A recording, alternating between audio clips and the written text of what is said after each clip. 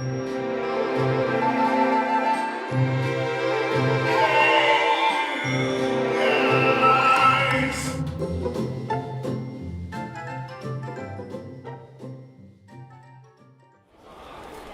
don't know if this is a good idea at all.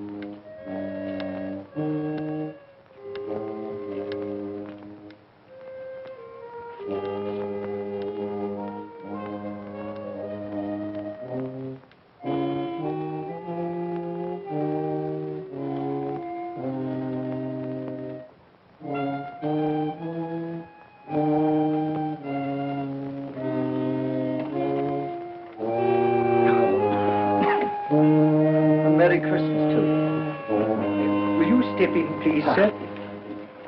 Scrooge and Marley's, I believe. Yes, sir. Is there anything I can do for you, sir? Well, if it is quite convenient, I should like to speak with a member of the firm. You wish to see me, I presume, sir? Yes. Have I the pleasure of addressing Mr. Scrooge or Mr. Marley? Mr. Marley's been dead these 7 years. Oh. Dead as a doornail. Died 7 years ago, this very night. Oh.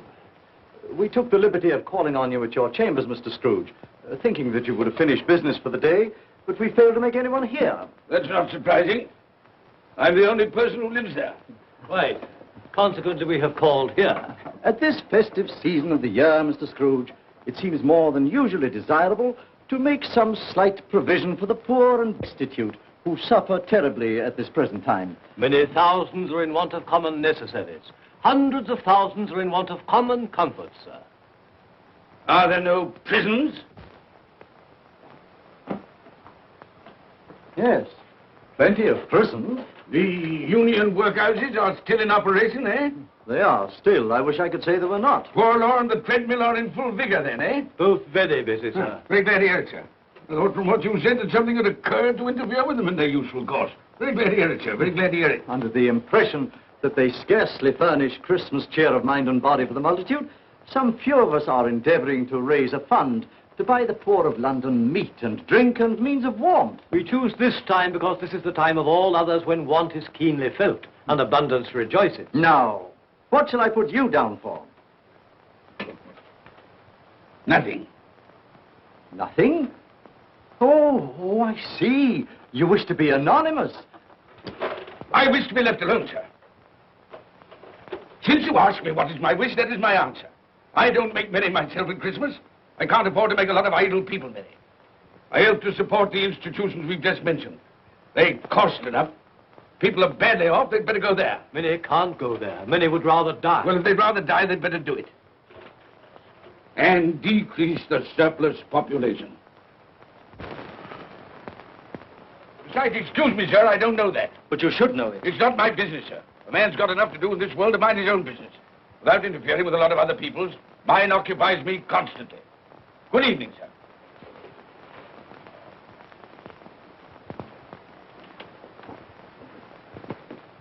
Allow me to express my regrets, sir, if I have said anything. Good evening.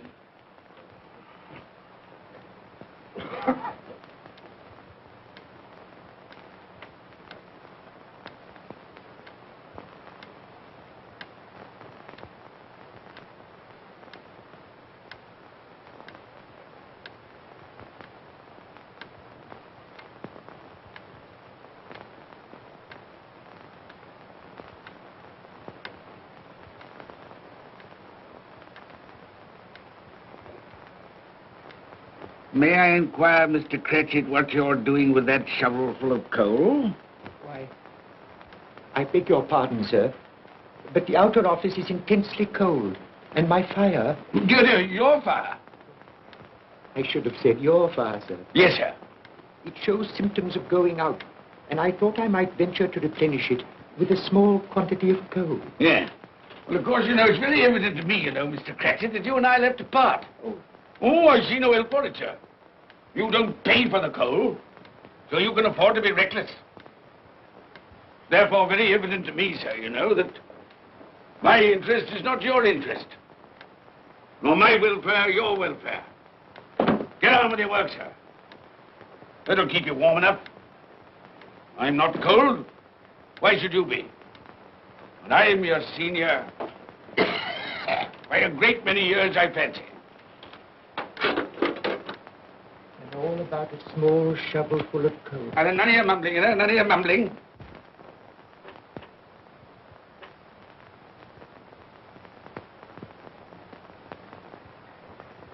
You have a wife and family to support, I understand. Yes, sir. Yes, sir. How many children have you got? Around half dozen, sir. 3 boys and 3 girls. Tut. Can I afford a wife? Yes, sir. Eh? I mean, no, sir. Have I any children? I don't know, sir. Eh? No, sir. How much am I constrained to pay you a week for your services? 15 shillings. Be to your interest, sir, to see that you're worth it.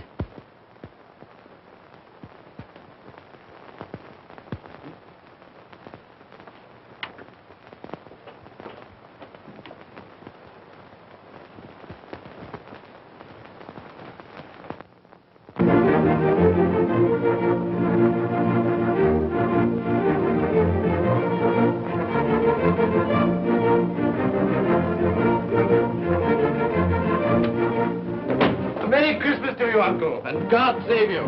Bah! Humbug. Christmas a humbug? You can't mean that, I'm sure. I do mean it, sir. What right have you to be merry? What reason have you to be merry? You're poor enough. Come then. What right have you to be dismal? What reason have you to be morose? You're rich enough. Bah! Humbug. Oh, don't be cross, Uncle. How can I help being cross, sir, when I live in such a world of fools as this is? A Merry Christmas. What's Christmas time to you, sir? It's a time for paying bills without money. Time for finding yourself a year older. Not a penny of it, sir. If I had my way, sir, every fool who goes about saying Merry Christmas should be boiled with his own pudding and buried with a stake of olives to his heart. He should. Uncle! Nephew, you keep Christmas your way. Let me keep it in mine. Keep it? But you don't keep Well, let me leave it alone then. Much good has it done you? Much good will it ever do you? It's the only time I know of in the long calendar of the year when men and women seem by one consent to open their shut hearts freely. And therefore, though it's never put a scrap of gold or silver in my pocket, I believe it has done me good and will do me good. And I say, God bless it. Hear, hear. Hear, hear. Mr. Cratchit, if I hear another word from you, you'll keep your Christmas by losing your situation. Dear, dear, dear, dear. Quite a powerful speaker, sir. No wonder you don't go into Parliament. Don't be angry, Uncle. Come, dine with us tomorrow. I'll see you... But why? Why? Why did you get married? Because I fell in love. Because I fell... Good evening. You never came to see us before, that happened. Why give that as a reason for not coming now? Good evening, sir. But I want nothing from you. I ask nothing of you. Well, you won't get it, so you won't be disappointed, will you? We've never had a quarrel to which I've been party. So why not let us part friends? Good evening, sir. Well, I'm sorry with all my heart to find this a relative. But I've made the trial in homage to Christmas, and I'll keep my Christmas humor to the last. So a Merry Christmas, Uncle. Good evening, sir. And a Happy New Year. You're a noisy devil, that's what you are, sir. Merry Christmas, Bob Cratchit. And the same to you, sir, and many of them. And not forgetting your good lady, Mrs. Fred. Thank you, Cratchit. A Merry Christmas to you. A Merry Christmas.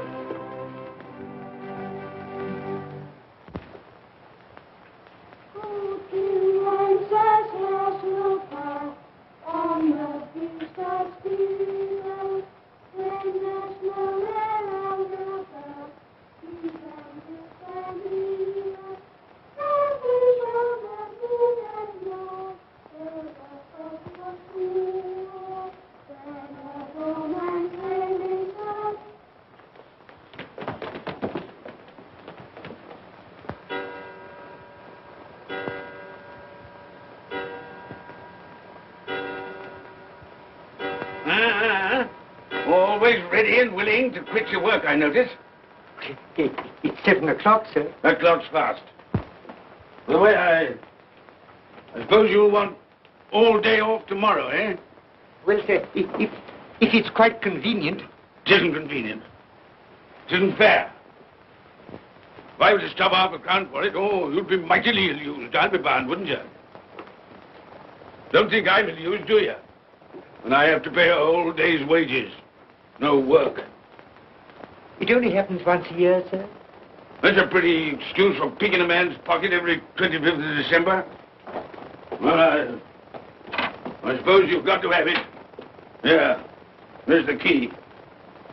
You see, sir, that you're here all the earlier next morning.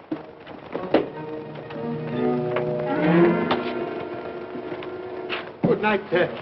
And a Merry Christmas. Bah, humbug.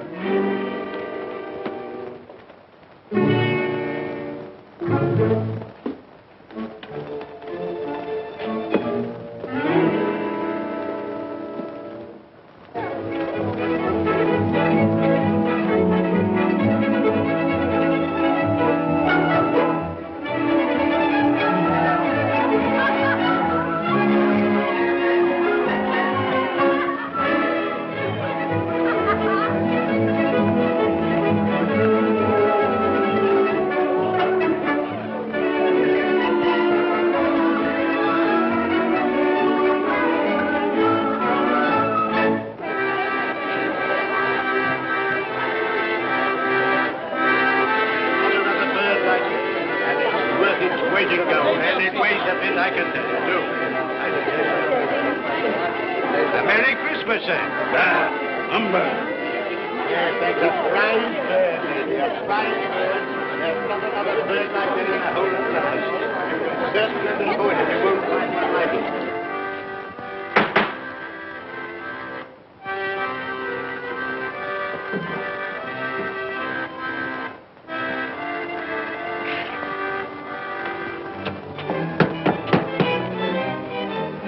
Merry Christmas to you, my boy. Thank you, sir. Same to you, sir. Oh, sir. Thank you.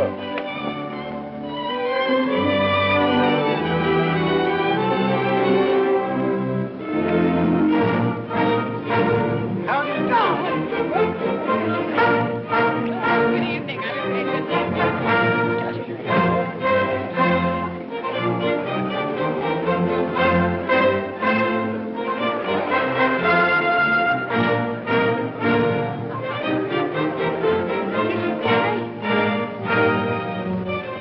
Give us a penny. Get out of this.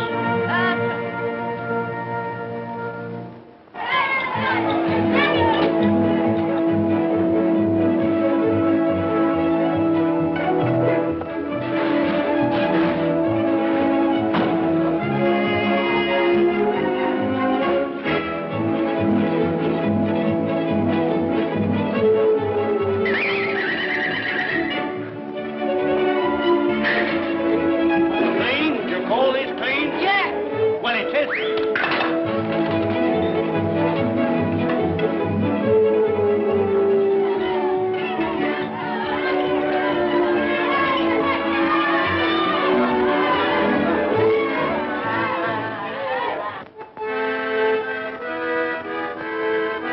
Right.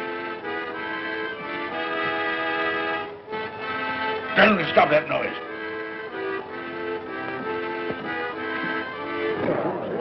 My lord, will you make your speech now, or will you let the ladies and gentlemen continue to enjoy themselves?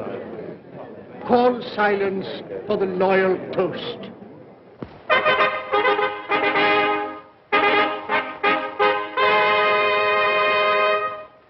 My lords, ladies and gentlemen, pray silence for the Right Honourable the Lord Mayor of London. My lord.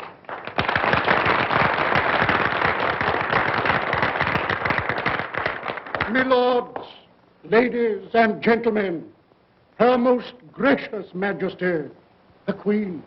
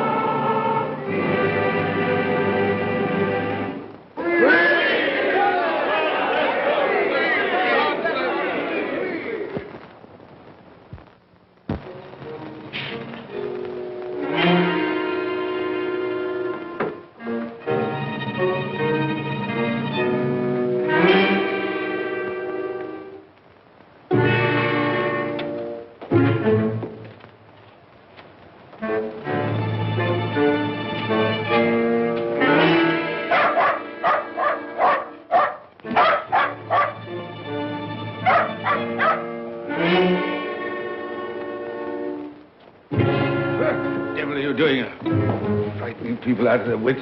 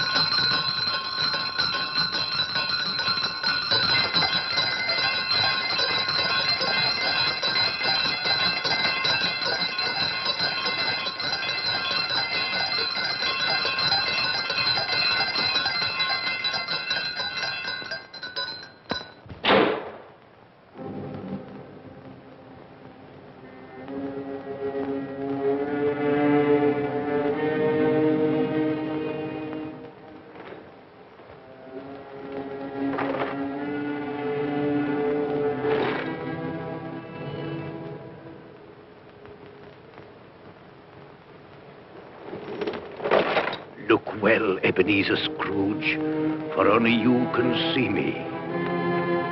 What do you want with me? Much. Oh, yeah.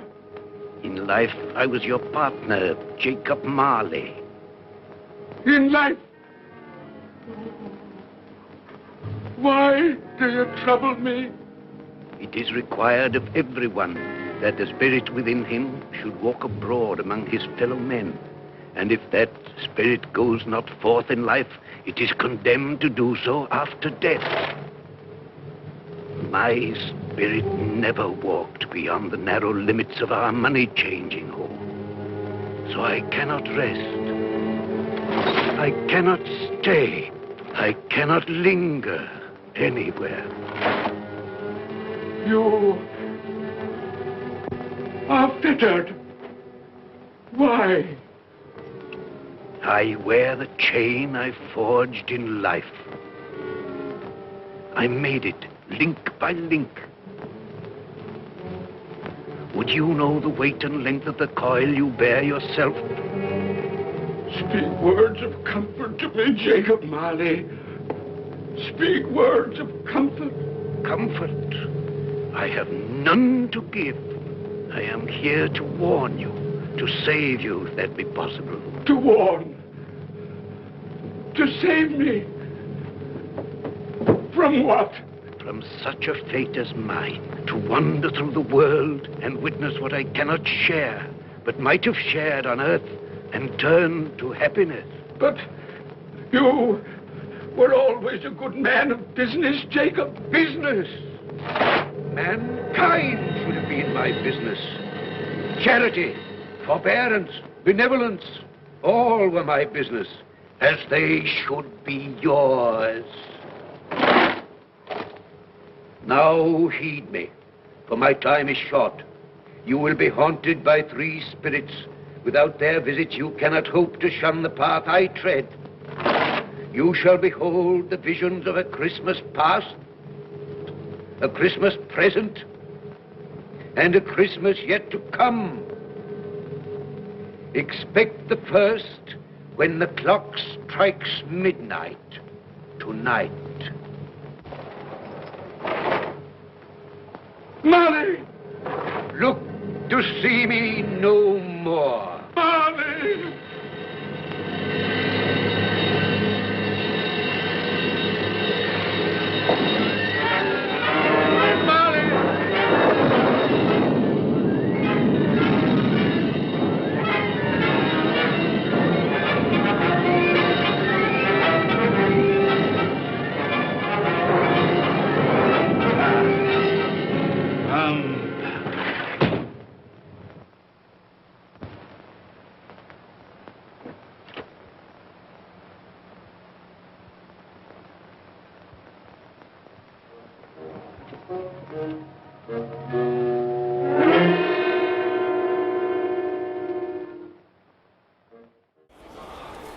I don't know if this is a good idea at all.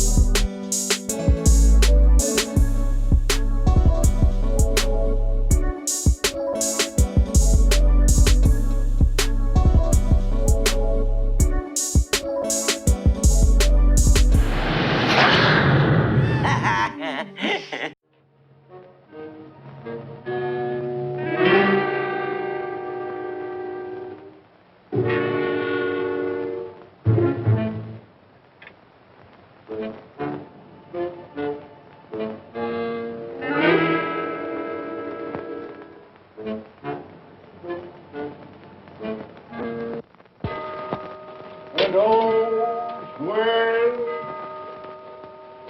swell with cloak and all's well.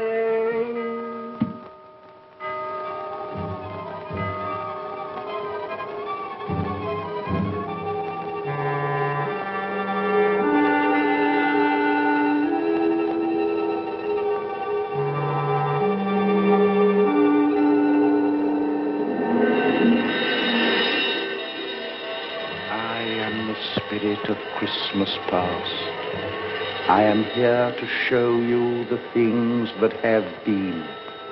Look back beyond the gulf of vanished years.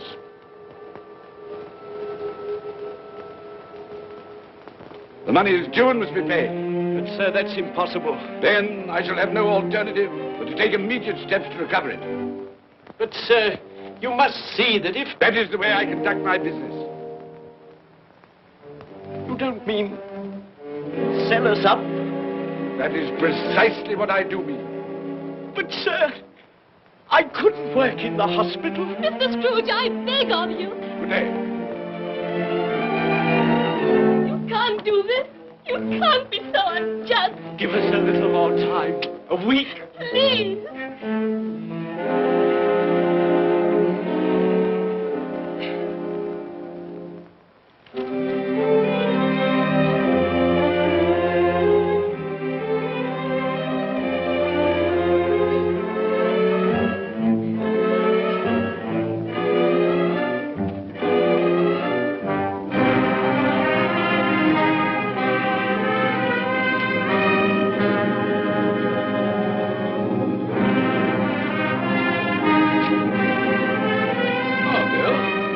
I didn't hear you come in. So it is true, What do you mean? what they say. That you're a man without pity, without remorse, who weighs everything in the scale of profit and loss. Bill! I heard. I couldn't help you. But this is business. If I were to allow sentiment to enter this counting house, I should be in the bankruptcy court within a year. And as for that couple who've just gone out, well, set your mind at rest about them. Worthless, shiftless pair. Who've had my good money, now want to avoid paying it back. Your money. Your good money. They asked you for a little breathing space, a little time in which to pay. That was all. Enough of this, Bill. I am ready to make allowances for your feelings as a woman. But I must ask you to leave my business affairs alone. When you marry me, I shall insist. Take leave of your senses. I've tried hard not to believe what they've said about you. I'd give anything not to believe it now. But the evidence in my own eyes and ears, I must believe. You were not always so. But I can see now that one passion and one passion only engrosses you. Gain. What then? Even if it were so, I'm not changed towards you. You are changed. Changed in every way. You're not the man you were. Our contract's an old one, made when we were poor and content to be so. May you be happy, alone, in the life you've chosen. But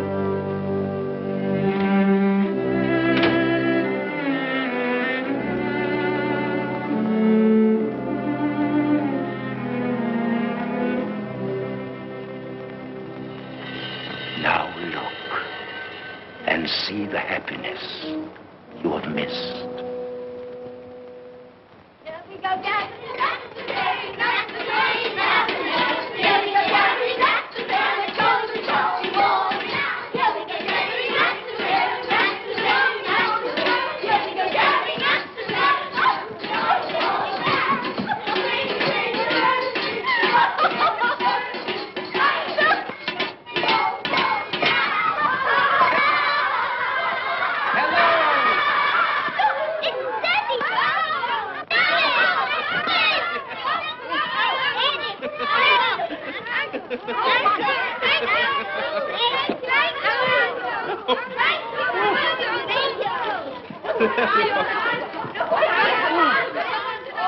Oh, by the way, Bill, I saw an old friend of yours this afternoon. Oh, who was it? You guess. How can I? I don't know. It wasn't Mr. Scrooge. Mr. Scrooge it was. I passed his office window, and as it was not shut up and there was a candle inside, I could scarcely help see him. His partner's on the point of death, I hear. And there he sat, alone. Quite alone in the world, I do believe.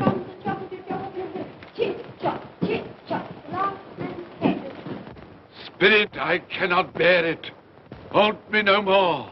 I told you these were the shadows of the things that have been, that they are what they are.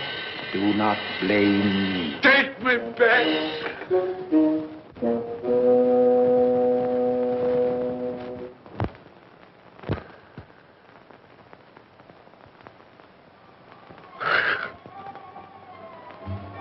It's 1 o'clock, I know it is.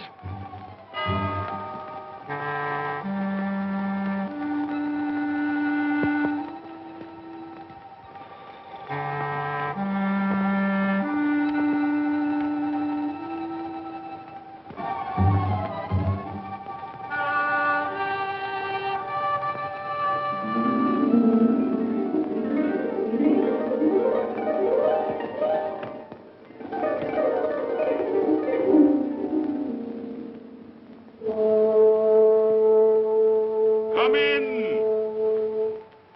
and know me better, man. I am the ghost of Christmas present. Look upon me. You have never seen the like of me before. Never. I've never walked forth with the younger members of my family, meaning I am very young. My elder brothers, born in those later years. I don't think I have. I'm afraid I have not. Have you many brothers, Spirit? More than 1,800. A tremendous family to provide for. Spirit, conduct me where you will. Already I have been forth under compulsion and learned the lesson which is working now. If you have aught to teach me, let me profit by it. Touch my robe, and you shall see how your poor clerk, with his paltry 15 shillings a week, which you so grudgingly dole out to him, keeps Christmas. Touch my robe.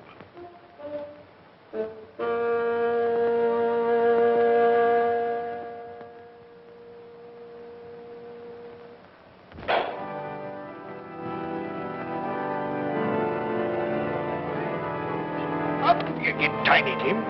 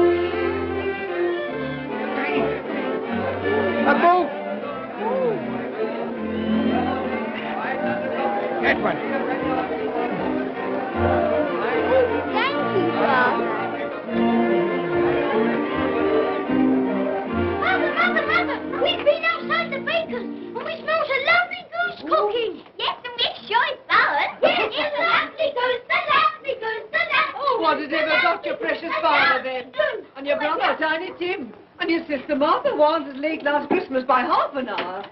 Mother! Oh, bless your heart, my dear. Merry Christmas, Martha. How late you are. Merry Christmas, Peter. Dear, dear. No. We had a deal of bonnets to finish up last night and had to clear away this morning. Well, never mind, as long as you are. Come. Come and sit before the fire, my dear, and get it warm. No, here's Martha. Quick, Martha, hide! Quick, hide! Here we are. And where's our Martha? She's, not coming. Not coming? Not coming upon Christmas Day? Yes, Father dear, here I am.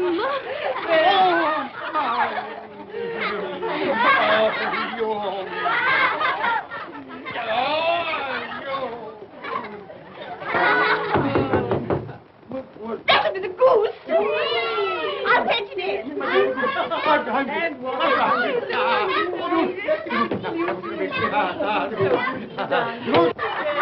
Oh, but you're cold. Come and sit down and warm a bit.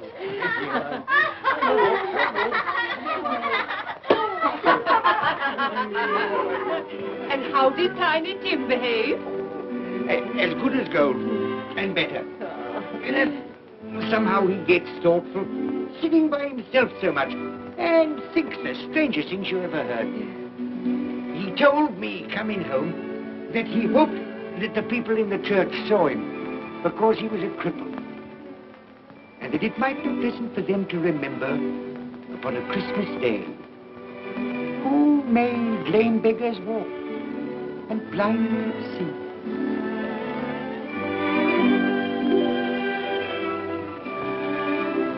But he's growing stronger. Yes, growing strong and hearty. I wish I could believe you, Bob. But I'm afraid.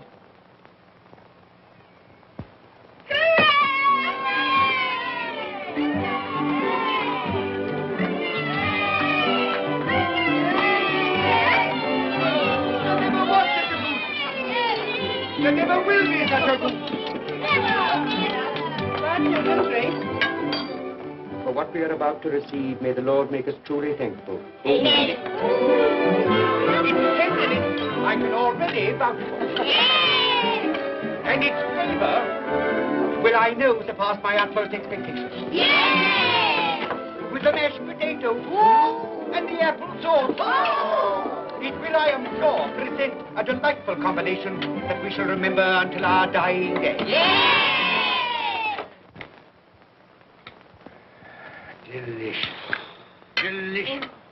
That's the best goose we ever had, Mother. Yes, indeed. Oh, yes. Oh, I've eaten too much. And even now, we haven't eaten it all. You laugh. Laugh. I envy them. My dear, regarding the momentous question, pudding. You look pale, my love, and nervous. I am nervous, my dear, and anxious about that pudding. Pray heaven all will be well. I'll go and fetch it. Let me come and help too, Mother. You shall, my darling.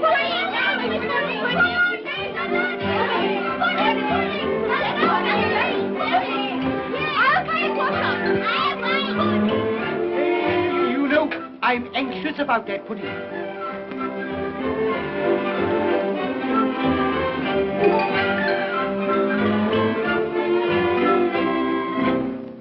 You know, your mother's been gone a long time.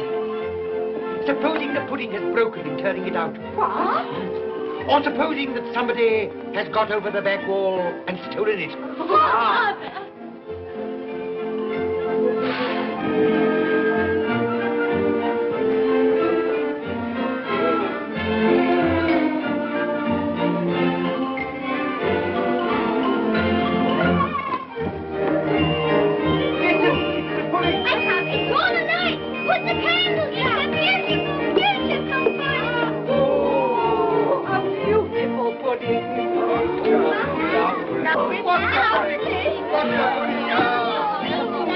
A Merry Christmas to us all, my dear. God bless us, everyone.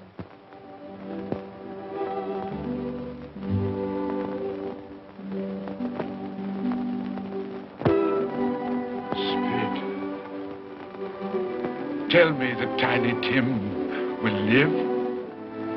I see a vacant seat in a poor chimney corner, and a crutch without an owner, carefully preserved.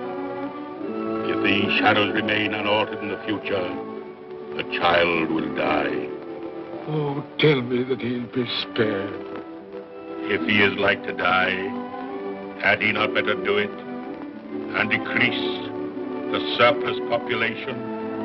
Your words. Man, if man you be in heart, not adamant, forbear that wicked cant until you have discovered what the surplus is and where it is. Will you decide what men shall live, when men shall die?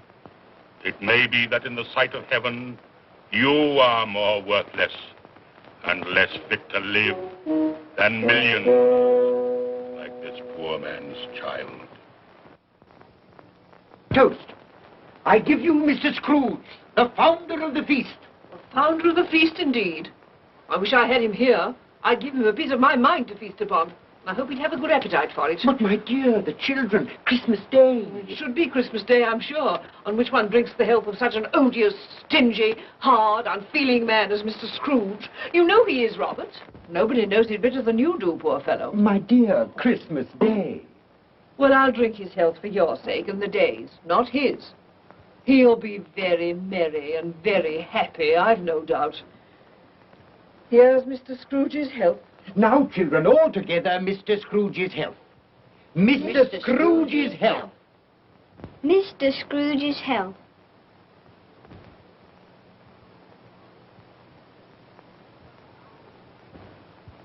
And now, Tiny Tim will sing to us. Yes, I do sing. What shall I sing? Hark the heralding. Yes, hark the heralding.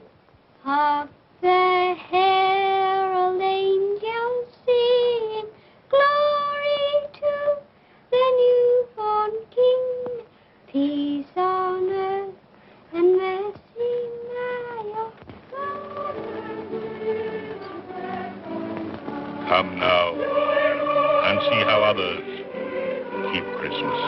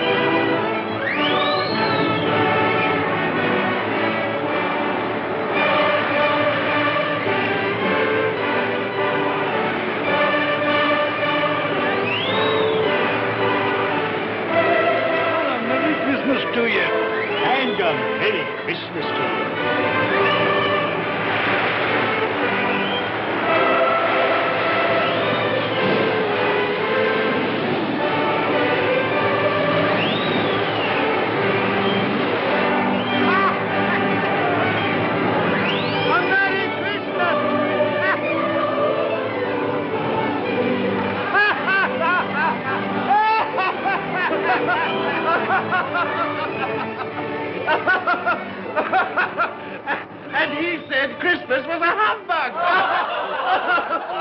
And he believed it, too. Well, more shame on him, friend. Oh, he's a comical old fellow, and that's the truth. He isn't so pleasant as he might be. Well, his offences carry their own punishments, and I've nothing to say against him. But surely he's very rich. At least you've often told me so. Well, what of that, my dear? His wealth is of no use to him. He doesn't do any good with it. He can't make himself comfortable with it. He hasn't even the satisfaction of thinking that he's ever going to benefit us with it. Well, I've no patience with your Uncle Scrooge. Oh, I have. I'm sorry for him. And here, he's taken it into his head to dislike us, and he won't even come and dine with us. Well, what are you going to play at? Riddles! Good. I'll ask you one. What does the following represent? An animal.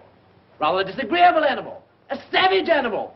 An animal that grunts and growls and talks and lives in London. And walks the streets. Yes. And isn't even made a show of? No. Doesn't have embroidery. No. Isn't a horse? No. Nor a cow. Nor a dog.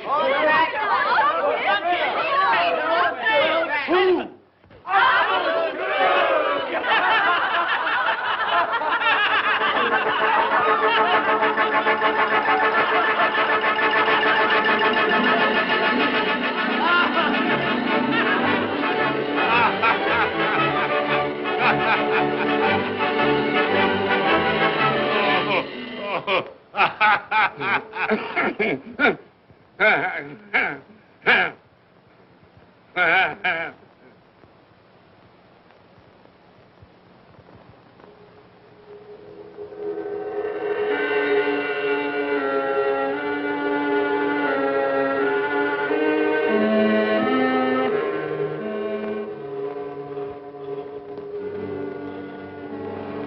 Ghost of the future, I fear you more than any specter I have seen.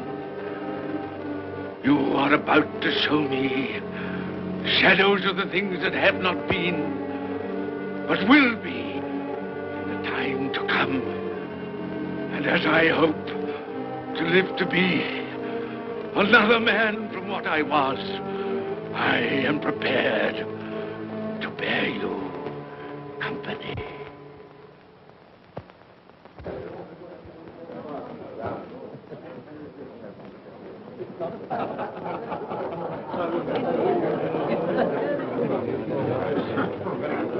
I don't know much about it either way.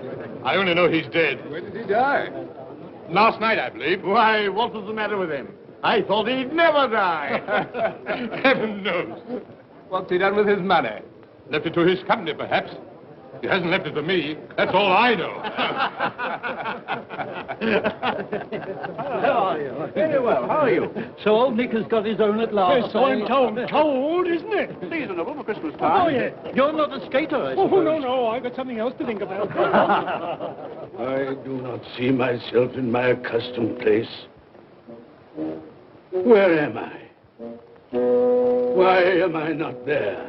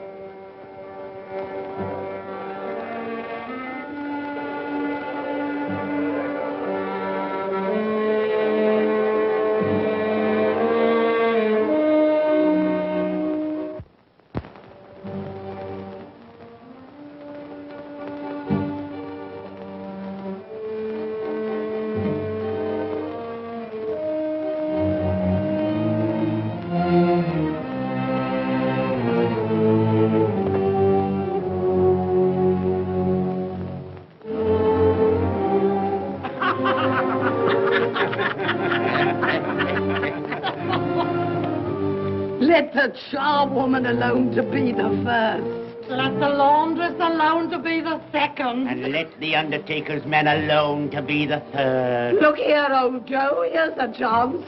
If we hadn't all three met here without meaning it. You couldn't have met in a better place. Come into the parlor. Come on.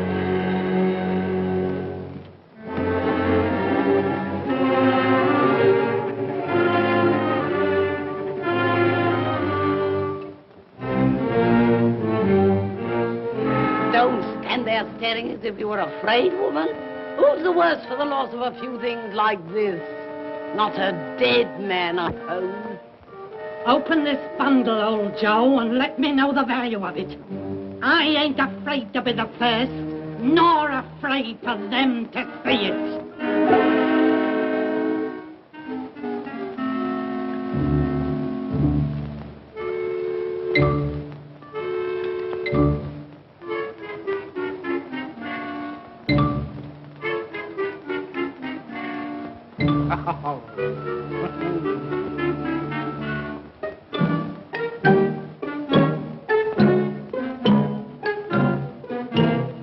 There's your account. I wouldn't give another sixpence.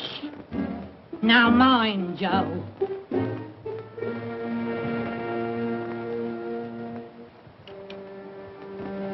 Ha! 8 shillings. I always give too much to ladies. It's a weakness of mine. And now unto my bundle, Joe.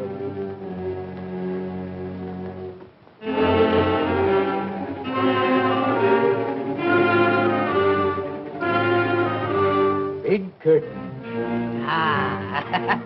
Bed curtains. You don't mean to say you took 'em down, rings and all, with him lying there? Why not? You was born to make your fortune, and you'll certainly do it. Here, don't drop the oil on the blanket. His blankets? Whose else's? He isn't likely to take cold without them, I dare say. Hope he didn't die of anything catching. Oh, don't you be afraid of that. Now, you can look through that shirt until your eyes ache and you won't find a hole in it. It's the best he had. It'd have been wasted if it hadn't been for me. What do you call wasting of it? Putting it on him to be buried in, to be sure. I took it off him. Calico's just as becoming to the body. He couldn't have looked uglier than he did in that one.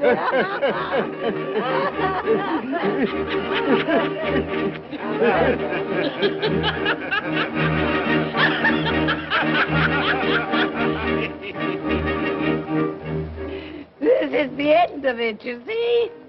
He frightened everyone away from him when he was alive to profit us when he was dead. I see. The case of this unhappy man might be my own. My life tends that way now. Merciful heavens! What is that?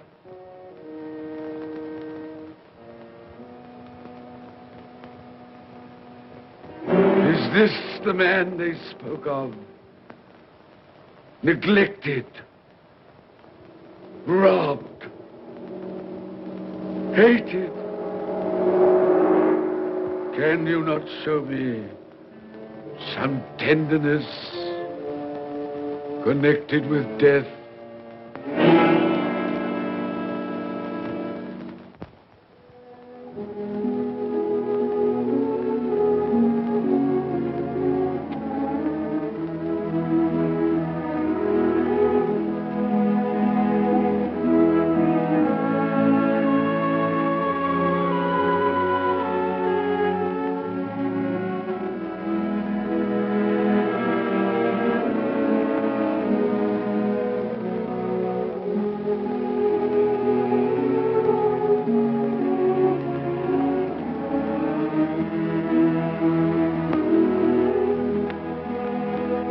Took a child and set him in the midst of them.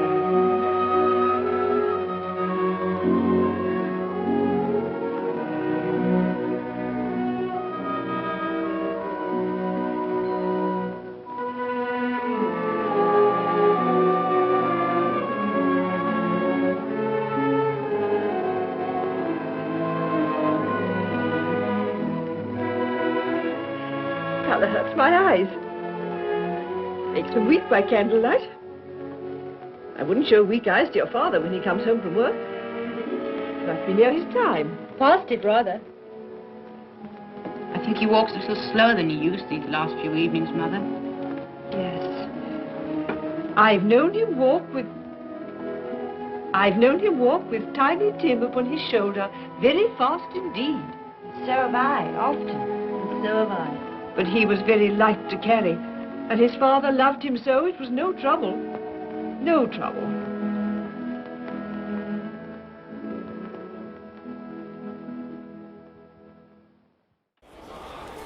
I don't know if this is a good idea at all.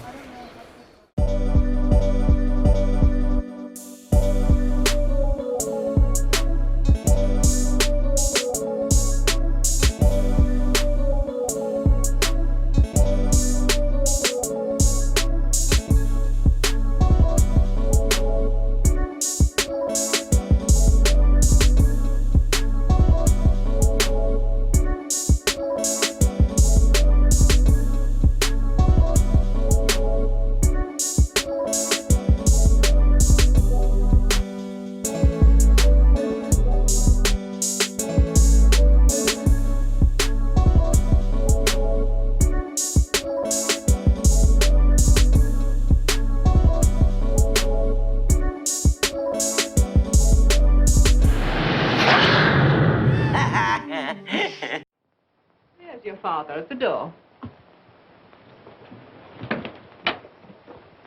Well, my dear. Well, Father.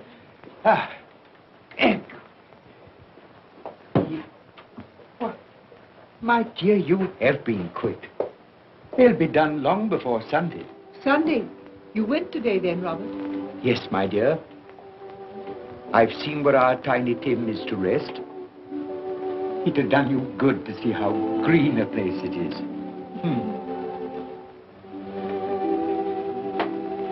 Oh, you'll see it often. I promised him that we would walk there of a Sunday.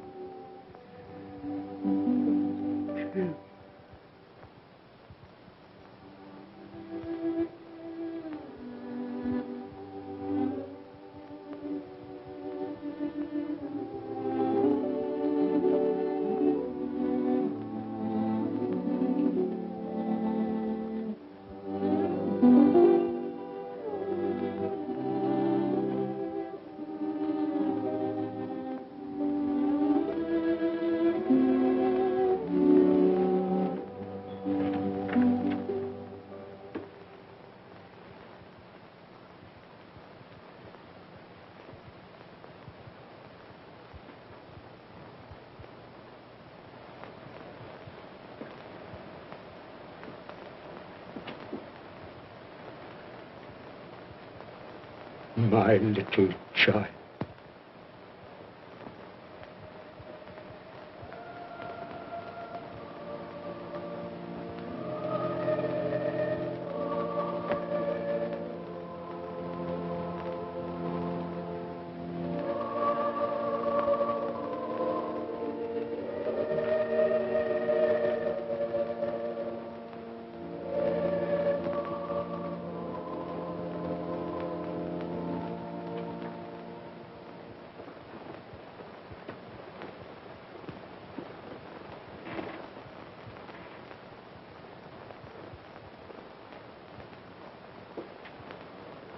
Tiny Tim, thy childish essence was from God.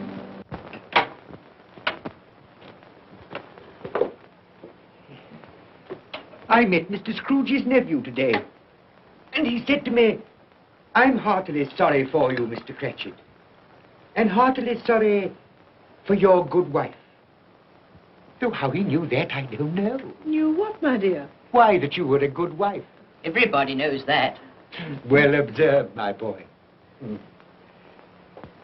And he said, if there's any service that I can do for you, pray come to me.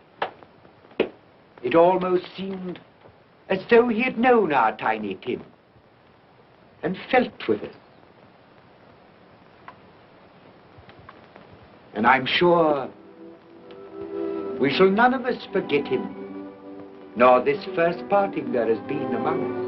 Never, Father. And I know that when we recollect how patient and how mild he was, although he was but a little child, we shall not quarrel easily among ourselves and forget poor tiny Tim in doing it. No, Father.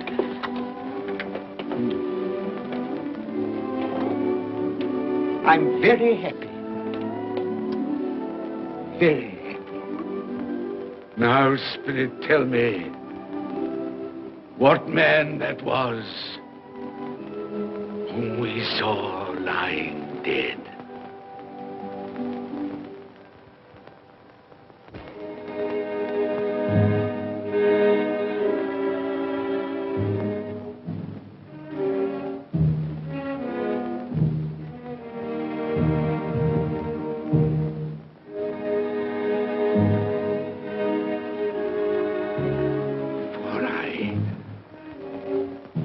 Draw nearer to the stone at which you point. Tell me, are these the shadows of the things that will be? Or are they the shadows of the things that may be only? Ebenezer Scrooge!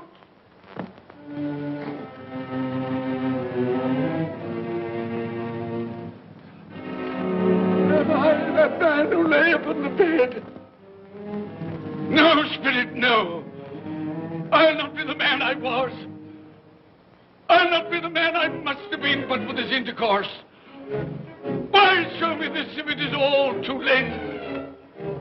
Tell me I may sponge away the writing on this stone. I will honor Christmas in my heart and try to keep it all the year. I will live in the past, the present, and the future. The spirits of all three shall strive within me. I will not shut out the lessons that they teach.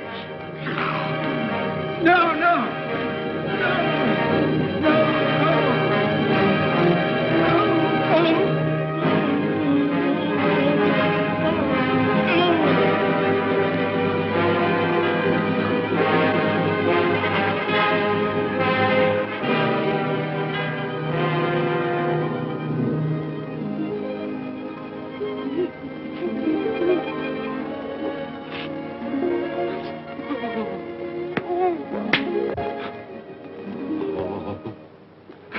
I will live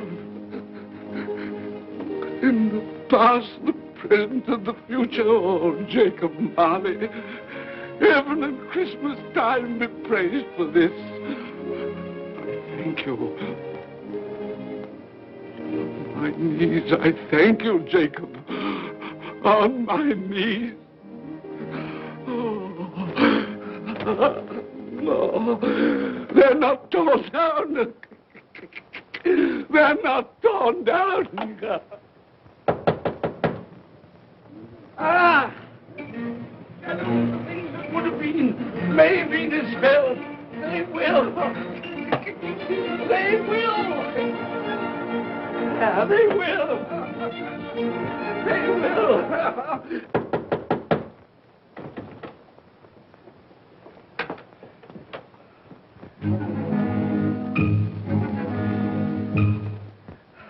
Merry Christmas! God bless you! Oh, I don't know what to do. I'm as happy as a sandboy. I'm as merry as an angel. I'm as giddy as a drunken man. Oh, Merry Christmas to everyone! Happy New Year to all the world! Oh, wow! Hey. Oh, yeah. Here's the saucepan that the girl was in. Yes, and there's the door that old Marley's ghost came through. Yes, it's all right. It's all true. It all happened. Oh, hooray! Hooray!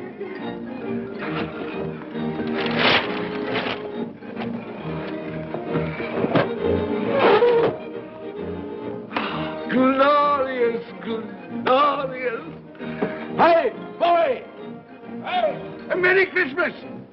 It is Christmas Day, isn't it? Why, of course. I knew I hadn't missed it. Oh, the spirits have done it all in one night. Hey, do you know the poulterer at the corner of the street next but one? I should hope I did. An intelligent boy, a remarkable boy. Do you know if they've sold the prize turkey that they had hanging there? It'll be hanging there now. Well, you go and buy it. Walker. No, I'm in earnest. You go and buy it and bring it back here, and I'll tell you where to take it. And you come back with a man, and I'll give you a shilling. You come back in less than 5 minutes, and I'll give you half a crown. Hooray! Go on, hurry up. I'm going to send it to my clerk, Bob Cratchit. He won't know where it comes from. It's twice the size of Tiny Tim. He's not dead, you know. He's not dead.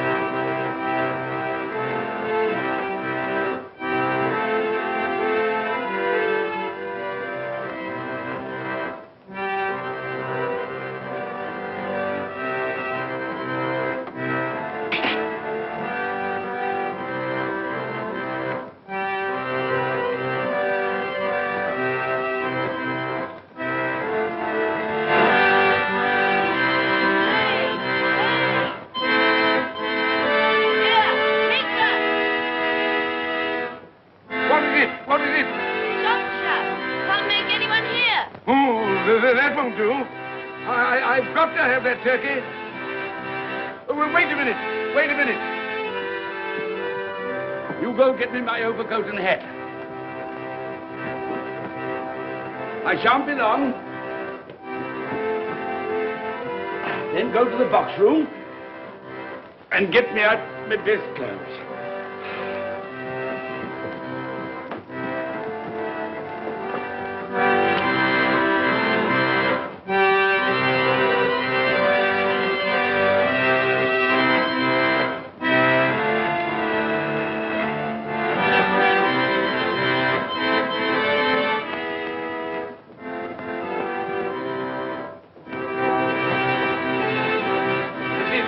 Shop? Yes, sir.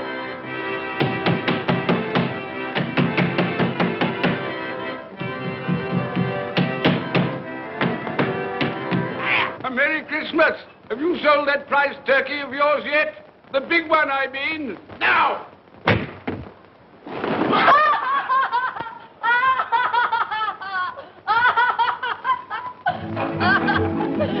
What is it?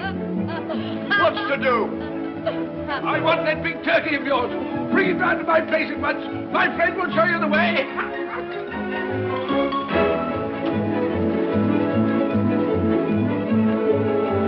Hello, Molly. And Merry Christmas.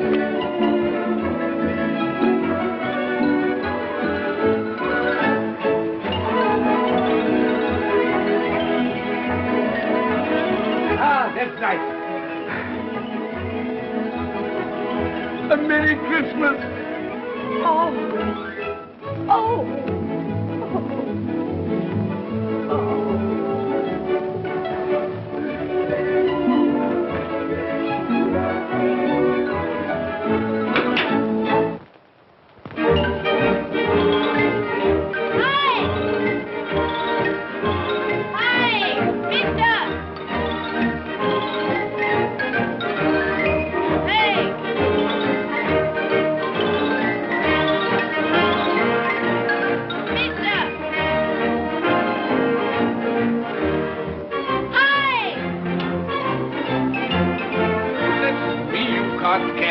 The Cratchits? You'll have to have a cab. There you are, my boy. There's the address. There's the money. Yes. And there's the money for you. Very kind of you to have brought it round. Ah, Merry Christmas, my dear. Thank you, sir. The same to you. Ah, good day, gentlemen. Merry Christmas to you. I hope you succeeded yesterday. Mr. Scrooge. Yes, that's my name. I'm afraid it's not a very pleasant one for you, but will you allow me to ask your pardon? And would you be good enough to put me down? Lord bless my soul, my dear Mr. Scrooge, are you serious? A round 100? Yes, not a farthing less, not a farthing less.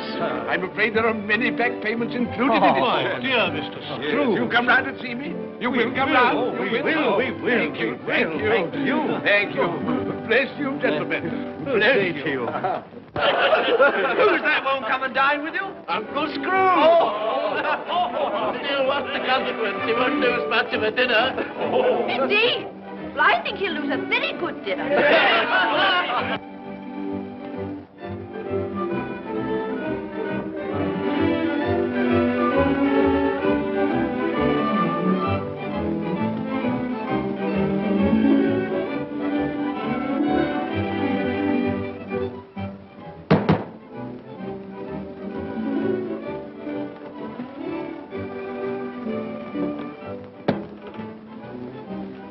Is your master in, my dear? Yes, sir.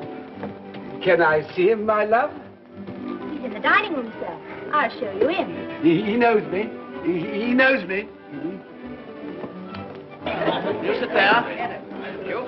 You sit here, Patsy. Thank you so much.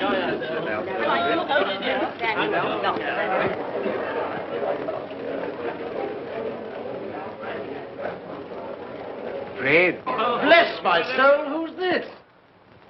It is I, your Uncle Scrooge. I've come to dinner. Will you let me in, Fred? Why, it's Uncle Scrooge. It can't be.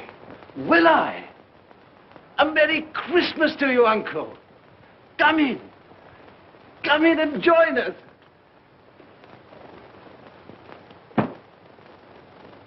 Welcome, Uncle. And a Merry Christmas. Thank you, my dear. A Merry Christmas to you all. A Merry Christmas.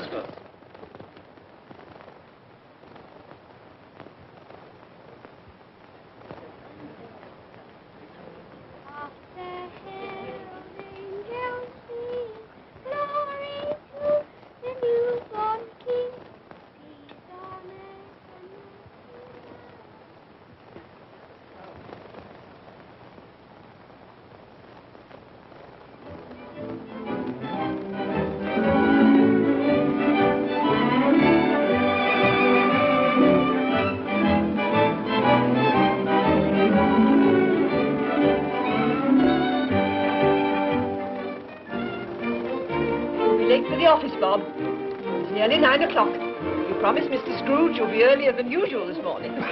So I did. Thank you. Thank you.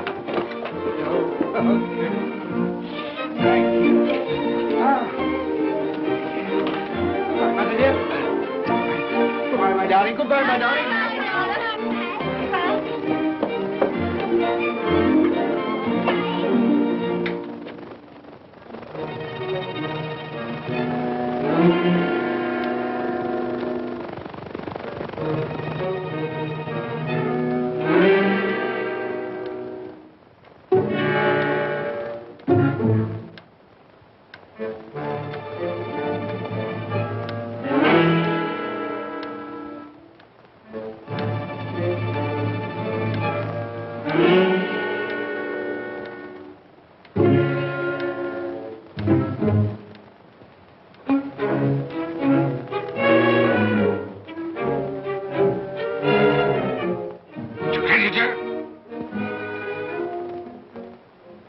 What do you mean by coming here at this time of day? I'm very sorry, sir.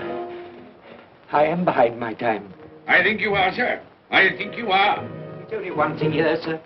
It shan't be repeated. I was making rather merry yesterday, sir. So I tell you what it is, my fine fellow. I'm not going to stand it any longer.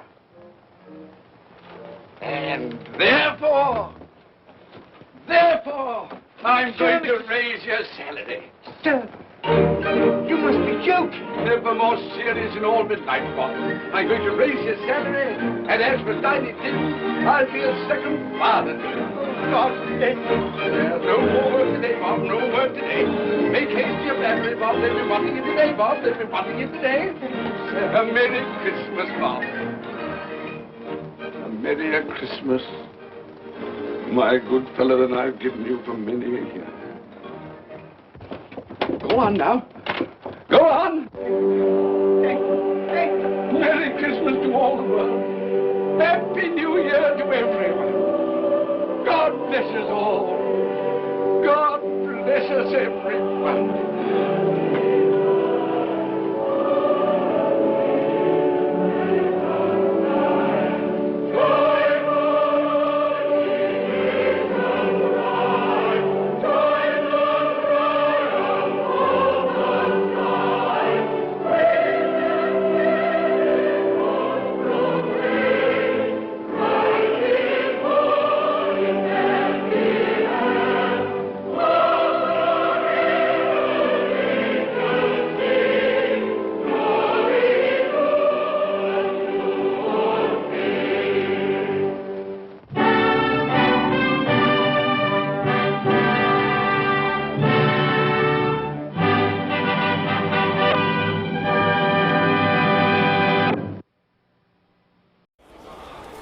I don't know if this is a good idea at all.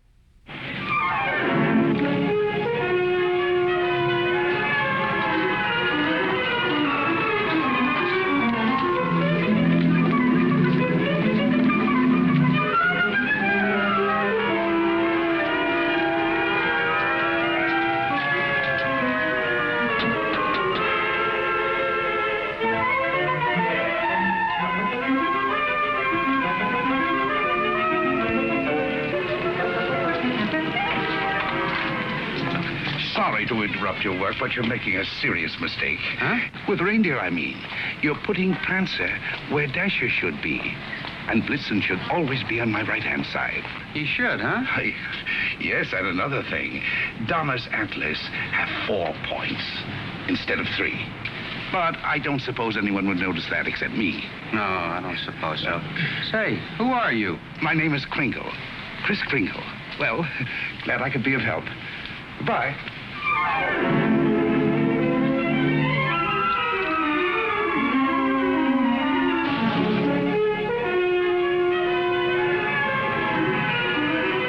See, it's all in your wrists, like throwing a ball. Now watch.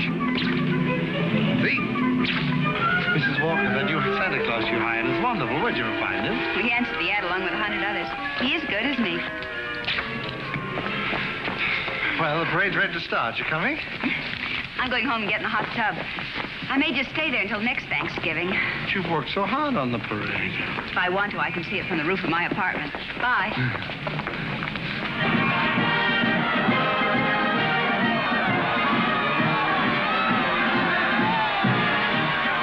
Look at that big baseball player. He was a clown last year. They just painted him different. My mother told me. She manages the parade. Wow. He's really a giant, isn't he? Really, Mr. Gailey. And you a lawyer. There are no such things as giants. Well, maybe not now, Susan, but in olden times, like the giant Jack killed in the fairy tale. Oh, one of those. I don't know any fairy tales. You mean your mother or father never read you any? My mother thinks they're silly, and I never met my father. You see, my mother and father were divorced when I was a baby. Well, that baseball player sure looks like a giant to me. Come in. Hello. My housekeeper told me Susan was here. I'm her mother. Yes, Susie's told me quite a bit about you. Oh, she's told me quite a bit about you, too. The man in the front apartment. Hi, dear. Parade's much better than last year. Good. Hope Mr. Macy agrees with you. Would you like a cup of coffee? Oh, don't bother. No bother. It's ready. I want to thank you for being so kind to Susan. All part of the plot. Surest way to meet the mother is to be nice to the child. What a horrible trick. Susan tells me you don't approve of fairy tales. I don't. I think we should be realistic and completely truthful with our children. Not let them grow up believing in a lot of myths and legends. Like Santa Claus, for example. I see. The parade's over, Mother. The acrobats were good. Those prices, they should be. Mother, I was thinking, we've got such a big turkey for dinner, and there are only 2 of us. Couldn't we invite Mr. Gailey? Couldn't we? Oh, dear. Oh, please don't bother. I'll just get a sandwich or something. It's an awful big turkey. Oh, it's not that, dear, but I'm sure Mr. Gailey has other plans. No, he hasn't. Have you? Well, as a matter of fact, to be truthful and completely realistic with the child, I must say I haven't. Please, Mother, please. Didn't I ask her all right, Mr. Gailey? Well, that all depends. Dinner's at 3 o'clock. Susan, you asked just right.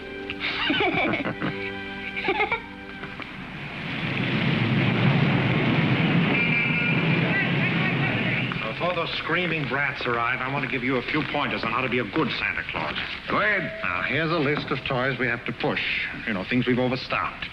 You'll find that a great many children are undecided as to what they want for Christmas. When this occurs, you immediately suggest one of these items. You understand? I certainly do. All right, here they come. You get up there and go to work and memorize that list. And remember, be jolly. You're working for Macy's. Imagine that. Making a child take something he doesn't want just because he bought too many of the wrong toys. That's what I've been fighting against for years. And what's that, Pop? Trying to commercialize Christmas. And a Merry Christmas to you. Now then, what's your name, little boy? Peter. And what do you want for Christmas, Peter? I want a fire engine just like the big ones, only smaller. It's got real hoses and squirts real water. I won't do it in the house, only in the backyard, I promise. Now, Peter, I see you're a very good boy, so you'll get your fire engine. You see, I told you to get me one. Yes, dear. Well, look, you wait right over there. Mommy wants to thank Santa, too. What do you mean by saying a thing like that? I've been all over town trying to find that kind of a fire engine. Macy doesn't have one. Nobody's got one. But you can get those fire engines at the Acme Toy Company on West 46th Street. Only $4.50. Wonderful bargain. Oh, I follow the toy market pretty closely. Macy's sending other people to other stores? But the important thing is to keep the children happy. Whether Macy's or somebody else sell the toy, that doesn't matter, does it? Don't you feel that way? Me? Sure, but I didn't think Macy's did. I don't get it. I just don't get it. Oh, yes, we have skates. Nice, shiny skates, and they're very good indeed. But I don't think they're the kind of skates you want. Now, they have really wonderful skates at Gimbals. Gimbals? The sales lady said I was to speak to you. You the head of the toy department? Yes, ma'am, yes. Well, look, I want to congratulate you on Macy's and this new stunt you're doing, sending people to other stores. To think that a big store like this puts the spirit of Christmas before the commercial. I haven't done much shopping here before, but from now on, I'm a regular Macy customer. Gimbals? When you come to see me at Macy's, I shall tell you all about the wonderful toys. This seems awful silly, Mr. Gailey. Well, maybe you'll feel differently after you've talked to Santa Claus. Goodbye, and Merry Christmas. Now, what's your name, little girl? Susan Walker, what's your name? Mine, Kris Kringle. I'm Santa Claus. You don't believe that, do you? You see, my mother is Mrs. Walker, the lady who hired you. But I must say, you're the best-looking one I've ever seen. Thank you. Your whiskers don't have those things that go over your ears. That's because they're real, just like I'm really Santa Claus. Go on, pull them. Go on, go ahead, pull. That's it! And what do you want me to bring you for Christmas? Nothing, thank you. Whatever I want, my mother will get me. Sensible and doesn't cost too much. Susan, dear, I think you've taken up enough of this gentleman's time. Your maid had to go home. Her mother sprained her ankle. She asked me to bring Susan down here for you. Yes, she phoned. I thought as long as we were here, we might as well talk to Santa Claus. He's a nice old man, Mother. And his whiskers are real, too. Yes, dear. A lot of old men have real whiskers like that. Susan, if you'd like to go over and look at the dolls, I'll be with you in just a minute. I want to talk to Mr. Gailey. I didn't think there was any harm in saying hello to the old gent. I'm sorry. I think there is harm. I tell her Santa Claus is a myth, and you bring her down here to meet a very convincing old gentleman with real whiskers. What's wrong with that? By filling her full of fairy tales, she'll grow up to believe life is a fantasy instead of a reality. She'll keep waiting for Prince Charming to come along, and when he does, he'll be a... We were talking about Susie, not you. Whether you agree with me or not, I'll have to ask you to respect my wishes.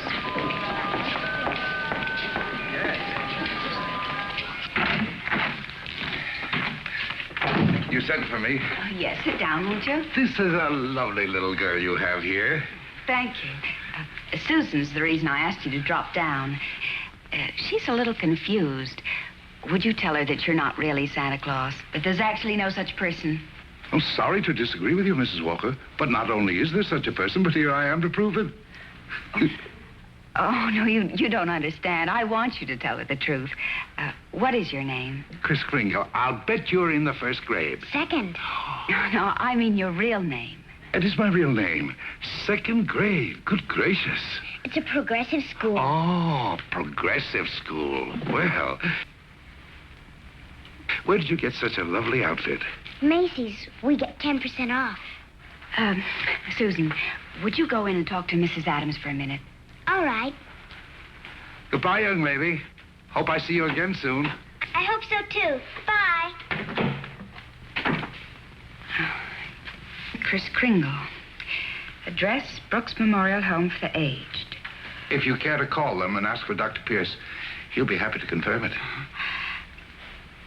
Age is old as my tongue and a little bit older than my teeth. Now, really? Well, that's the truth. Next of kin, Donna, Blitzen, Prancer. And Dancer.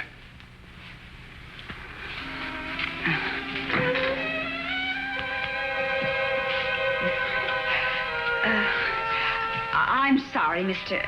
Kringle. Yes, well, I'm afraid we're going to have to make a change. You see, the Santa Claus we had last year is back in town, and, well, I feel I owe it to him to, Have I done something wrong? No. Excuse me. Yes? Mr. Macy wants to see you immediately, Mrs. Walker. Oh, yes, right away. You'll have to excuse me.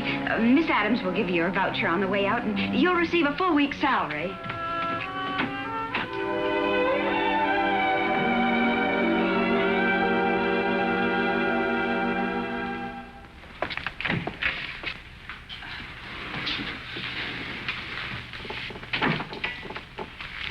Now, about that new sales policy that you two seem to have initiated. It would have been better to clear it with the sales department first, don't you think? Mr. Macy, Macy's Santa Claus sending customers to Gimbel's. Preposterous. What? Yet, we cannot quarrel with success. Telephone calls, telegrams, over 500 parents expressing their undying gratitude to Macy's. So as a result, I've decided to make this the new sales policy for the entire store. If we haven't got what a customer wants, we'll send him where he can get it. This way, Macy's will be known as the store with a heart. The store that puts public service ahead of profits. And consequently, of course, we'll make more profits. Well, I just want to express our appreciation and to tell you that in your Christmas envelopes, there'll be a more practical expression of our gratitude. Thank you, Mr. Macy. That'll be all. Thank you. Oh, and tell that wonderful Santa Claus of yours that I haven't forgotten him either. No, never mind. I'll tell him myself. In the morning.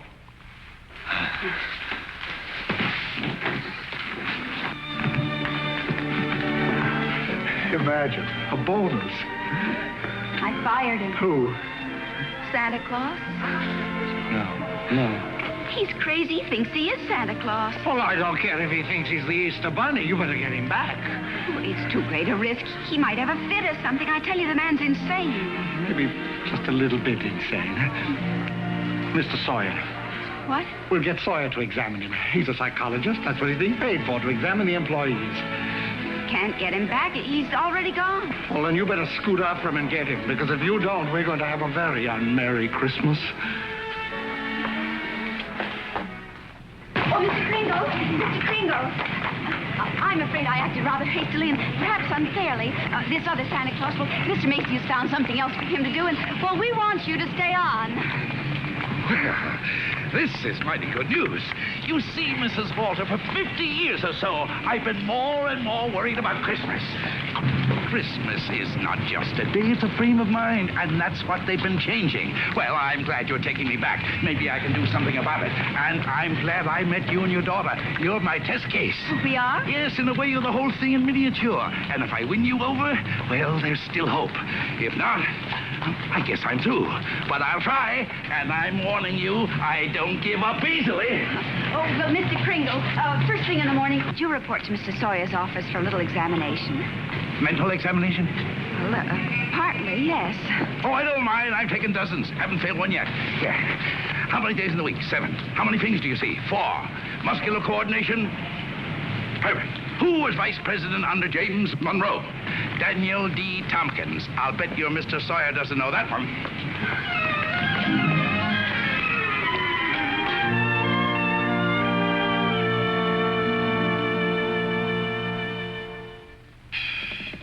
How much is 3 times 5? You asked me that before. I'm conducting this examination. How much is 3 times 5? Same as it was before. 15. You're rather nervous, aren't you, Mr. Sawyer? Do you get enough sleep? My personal habits are of no concern to you. Oh, I'm sorry. It's just that I hate to see anyone all tied up. How many fingers do you see? 3. You bite your nails, too? I want you to stand up straight with your arms extended. Muscular coordination test. Surely I'll be glad to. You know, very often nervous habits like yours is caused by insecurity. Are you happy at home, Mr. Sawyer? That will be all, Mr. Kringle. The examination's over. You may go. And it may interest you to know that I've been a happily married man for 26 years. Oh, I'm delighted to hear it. Bye. Your wife, Mr. Sawyer? What else? Agnes, how many times have I told you not to bother with the office? No, I give you a perfectly liberal allowance. If that fat, stupid brother of yours would get a job, you wouldn't have to be pestering me all the time. Not a penny. How long have you known him, Dr. Pierce? Well, he wandered into the home about 8 months ago. Looked the place over and said, well, it'll do. Just stayed on. Has he ever told you his real name? He said he was Kris Kringle. We never pressed him further. Mrs. Walker, after giving that man a comprehensive examination, it's my considered opinion he should be dismissed immediately. Dr. Pierce, Mr. Sawyer. Excuse me, didn't Chris answer the questions correctly? Well, yes, he did, but there was a complete lack of concentration. There's no doubt about it, he should be placed in a mental institution. Wait a minute. People are institutionalized to prevent them from hurting themselves or other people. His is a delusion for good. He only wants to be friendly, helpful. Mrs. Walker, naturally I cannot discharge this man. So when he begins to exhibit his latent maniacal tendencies, which I assure you he will, the responsibility will be entirely yours. Oh, Dr. Pierce, if there's the slightest possibility of trouble, Now, what trouble could Chris possibly get into? No? Well, coming to work, for instance, a policeman might ask him his name. Now, you know that would get him into a fight. Well, that could be avoided easily enough. Find someone here in the store to rent him a room. Then they could go to and from work together. Oh, yes, that would solve everything. That's a wonderful idea. Yes, isn't it? Your son's away at school. What about his room? Well, I'll talk to Mrs. Shellhammer as soon as I get home. In the meantime, you take Chris home to dinner. Oh, no, I couldn't. Oh, really, Mrs. Walker? If I can supply the room, the least you can do is furnish a free meal.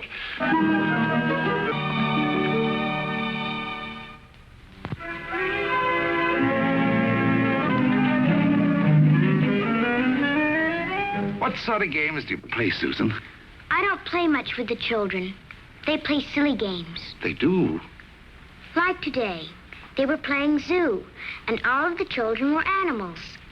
Homer was supposed to be the zookeeper. He said, "What kind of an animal are you?" I said, "I'm not an animal. I'm a girl." He said, "Only animals allowed here. Bye." Oh, that's too bad. Sounds like a wonderful game to me. Of course, to play it right, you've got to have imagination. Do you know what imagination is? That's when you see something and it's really not there. Well, yes. But I believe imagination is a place by itself. Yeah, you know, like, well, you know the British nation and the French nation. Well, this is imagination. Say, how would you like to make snowballs in the summertime? Or drive a bus down Fifth Avenue, Or be the Statue of Liberty in the morning, and in the afternoon, a flock of geese flying south? Well, the first place, you'd have to learn to pretend. That's imagination. Now, the next time they play zoo, you tell Homer you're a monkey. But I don't know how to be a monkey. I'll show you. And stand up. First, you bend way over. That's it. Keep your arms loose. Now, then you scratch. On the contrary, the firm of Hayslip, Sherman, and Hayslip has been very good to me. But being an exceptional lawyer, I want to open my own office. Naturally. We're having our first lesson in pretending, and we're doing pretty well, too. She'll be having nightmares for weeks. But you'll be having a lot of fun in the daytime. Hello? Oh, Mr. Shellhammer, that's fine. The Shellhammers have a room for you. That's very kind of them, but I've accepted Mr. Gailey's offer to stay with him. Mr. Gailey? I'll get the meat. Oh, thank you, Mr. Shellhammer, but it seems he's made other arrangements. Yes, well, goodbye. Well, here we are. Steak. No, it's venison. A friend of mine at the office gave it to me. What's venison? Oh, deer meat. If you don't like it, I have eggs for you. Could I have eggs, too? Venison, you know, I couldn't. Oh, I forgot. Well, there must be something you want for Christmas. Something that even your mother doesn't know about. Why don't you give me a chance? All right. Good. That's what I want for Christmas. A doll's house like this? No, a real house. A real house? If you're really Santa Claus, you can get it for me. And if you can't, just a nice man with a white beard like Mother says. Well, just because every child doesn't get his wish, that doesn't mean there isn't a Santa Claus. That's what I thought you'd say. But what could you possibly want with a house like this? Live in it with my mother. But you have this lovely apartment. But I want a backyard in a swing and she can't get it, huh? I didn't say that. Well, that's a tall order, but I'll do the best I can. May I keep this? Mm-hmm. Good night, Susan. Good night.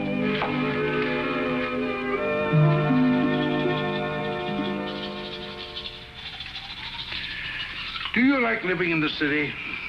Oh, it's all right. I'd kind of like to get out in the country sometime, though. Not a big place, just one of those junior partner deals in Manhattan.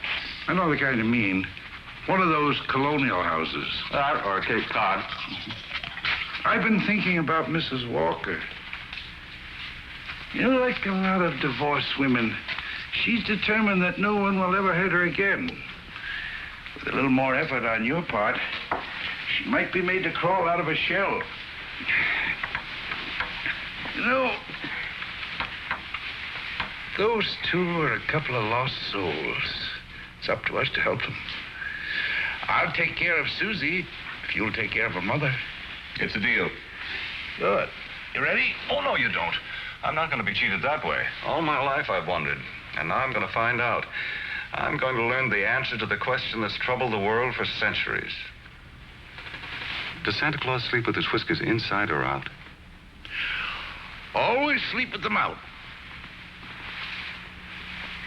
Cold air makes them grow.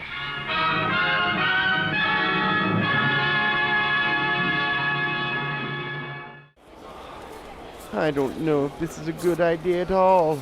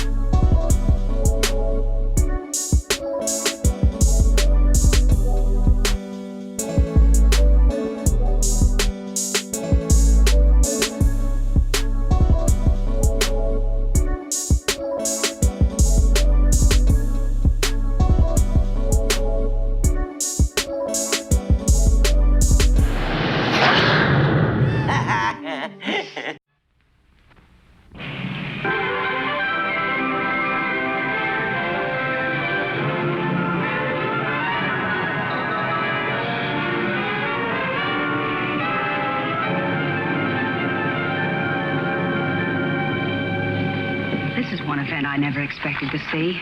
Two can play at this game, Mr. Macy. If Gimbals hadn't got what the customer wants, we'll send him over to Macy's. It'll be a pleasure, Mr. Gimble.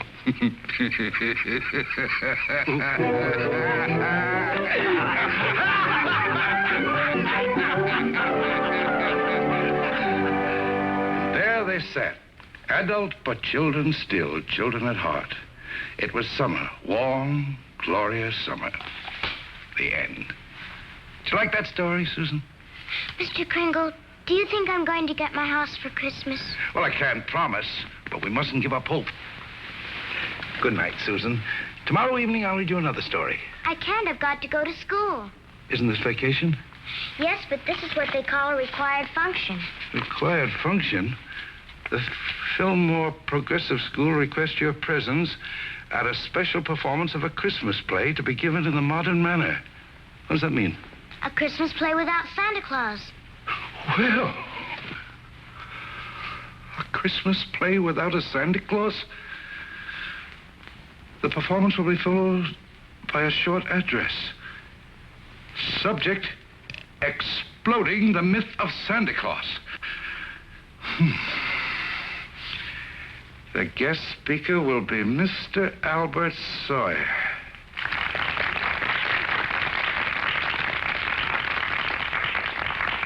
I'm very happy you enjoyed our little play. And now it gives me great pleasure to introduce our old friend, Mr. Albert Sawyer.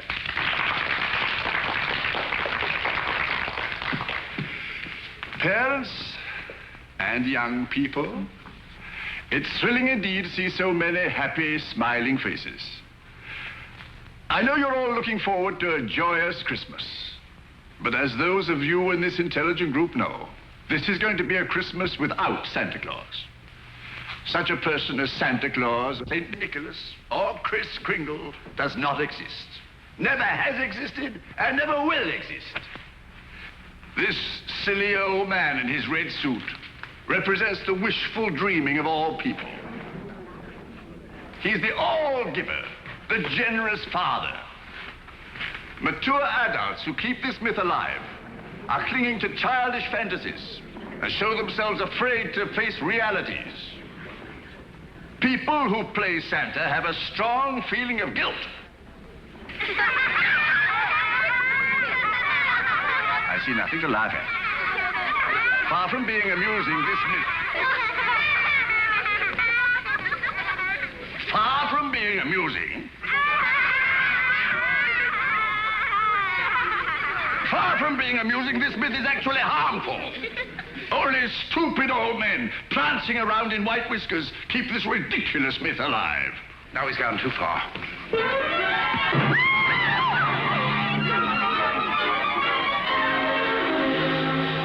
He became violent because I attacked his delusions, and he'll do it again. Well, if you ask me, I think we ought to get an outside psychiatrist to examine him. Then you better do it right away before Mr. Macy hears about it. Oh, that's right. You explain it to Mr. Kringle. After all, you're his Oh, friend. no, I can't. Well, I've grown very fond of him, and this is going to hurt him deeply. I just can't. All right, what can we do? I think I have it. You tell Kringle Mrs. Walker wants him to leave at once in order to have some publicity pictures taken with the mayor. I'll have a car waiting outside, and once we get him in the car, we'll drive him straight off to Bellevue Hospital. Yes, that'd do it. I'll ride up front with the driver.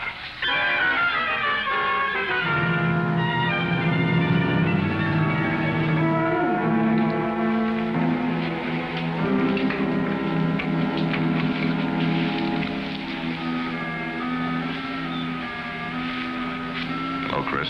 Hello, Fred. You flunked that psychiatrist examination deliberately, didn't you? Why? I had great hopes, Fred. I had a feeling that Mrs. Walker was beginning to believe in me. Now I know she was only humoring me all the time. Mrs. Walker didn't know anything about taking pictures with the mayor. That was Mr. Sawyer's idea. It isn't just Mrs. Walker. Take Sawyer.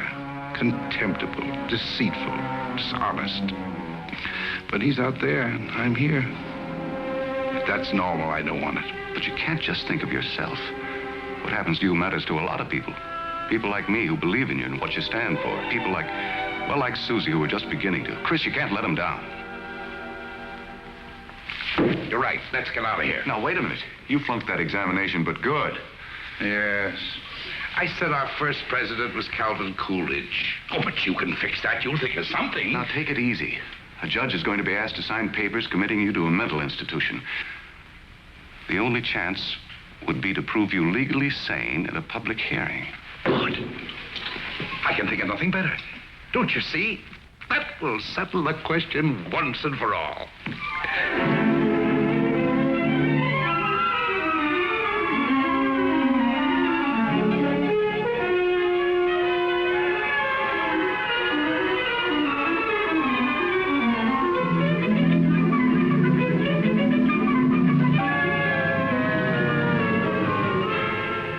Solemnly swear the evidence you are about to give at this hearing is the truth, the whole truth, and nothing but the truth?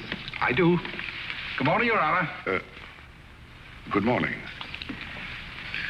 You may proceed, Mr. District Attorney. My name's Thomas Mara.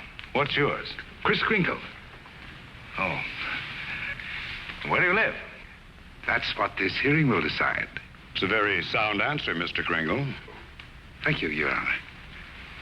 Tell me, do you really believe that you're Santa Claus? Of course. The state rests, Your Honor. In view of this statement, do you still wish to put in a defense, young man? I do, Your Honor. I'm fully aware of my client's opinions. In fact, that is the entire case against him. That Mr. Kringle is not sane because he believes himself to be Santa Claus. An entirely logical assumption, I'm afraid. Not necessarily, Your Honor. You believe yourself to be Judge Harper, yet no one questions your sanity because you are Judge Harper. Mr. Kringle is the subject of this hearing, not me. Exactly. So I intend to prove that Mr. Kringle is Santa Claus.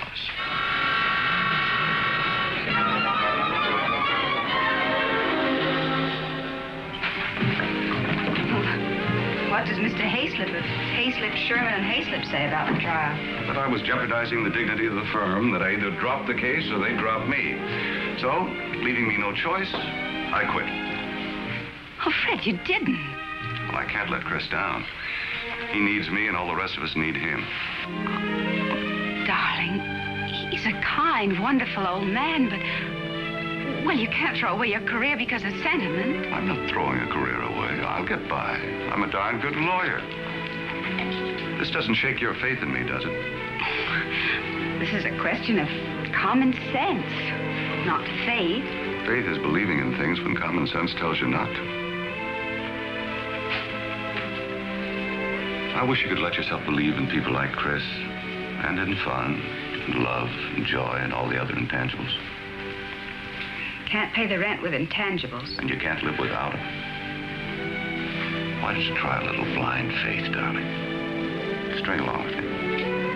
I think I've got a right to ask that. I think I have the right to ask you to be a little bit more practical and realistic. Yeah, I suppose you have. It's all cockeyed. Here we are, as close as two people can possibly be, and yet there's a loneliness about it. I've tried my best. I know you have, darling, and so have I. But we're going to need a lot more than each other's arms. And somehow I just don't think we've got it.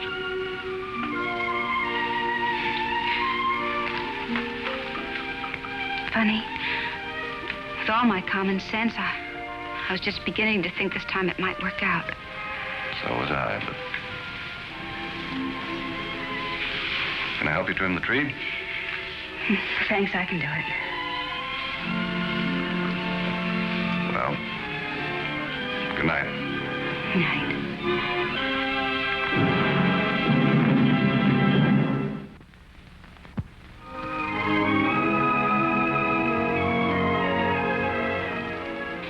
Your name, sir? R.H. Macy. Do you recognize this man? Yes, he's an employee of mine, Chris Kringle. Do you believe him to be of sound mind? I certainly do. Mr. Macy, you're under oath. Do you really believe that this man is Santa Claus?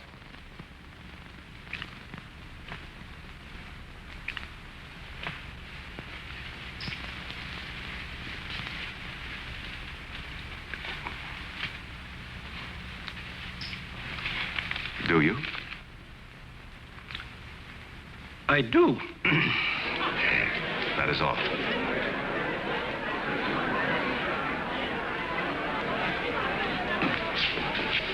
You are fired.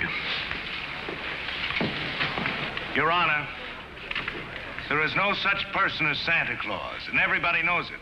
I ask that the court make an immediate ruling. Is there or is there not a Santa Claus?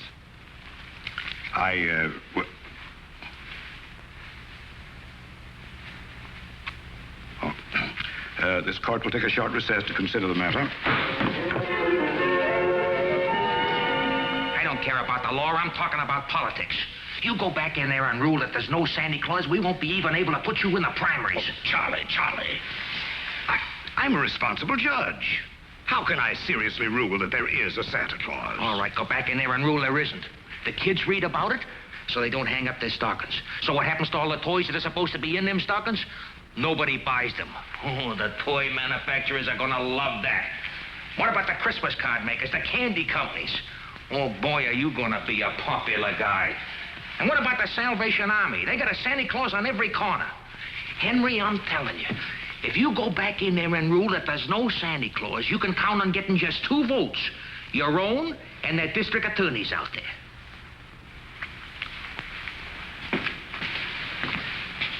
One. District Attorney's Republican. The court will rise.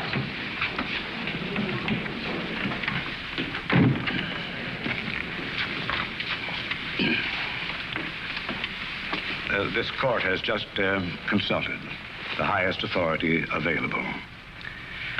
The traditions of American justice demand a broad and unprejudiced view of such a controversial matter. And therefore, this court is determined to keep an open mind and hear the evidence from either side. But can my opponent produce any evidence in support of this contention? Your Honor, I can. Will Thomas Mara take the stand? Who, me? Thomas Mara, Jr. Thomas Mara. Hi, Daddy.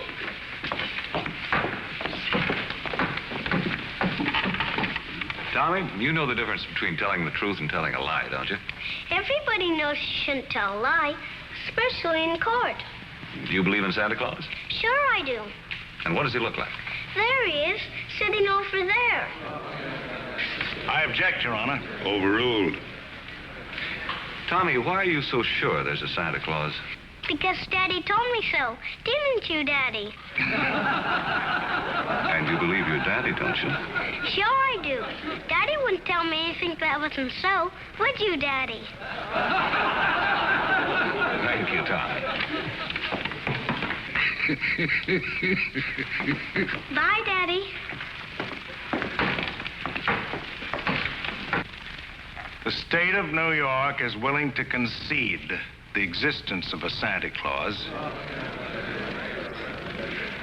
But I ask that Mr. Gailey produce authoritative evidence that Mr. Kringle is the one and only Santa Claus. Your point is well taken, Mr. Mara.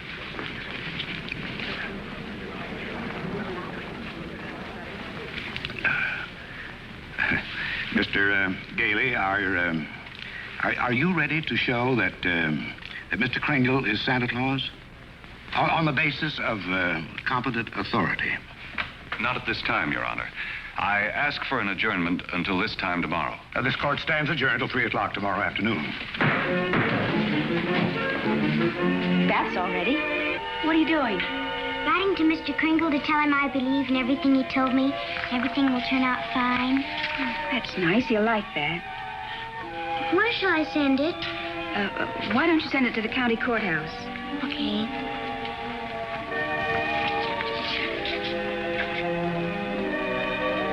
What did you write, Mother? I believe in you, too, Doris. Go take your bath now.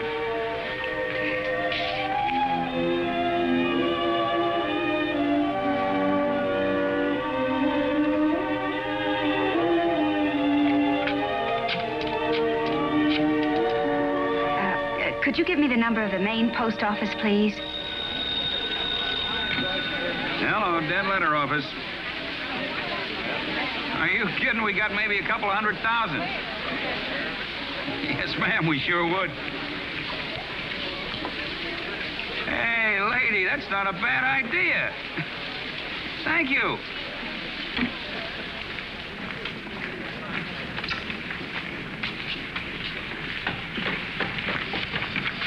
Chris, I've got bad news for you.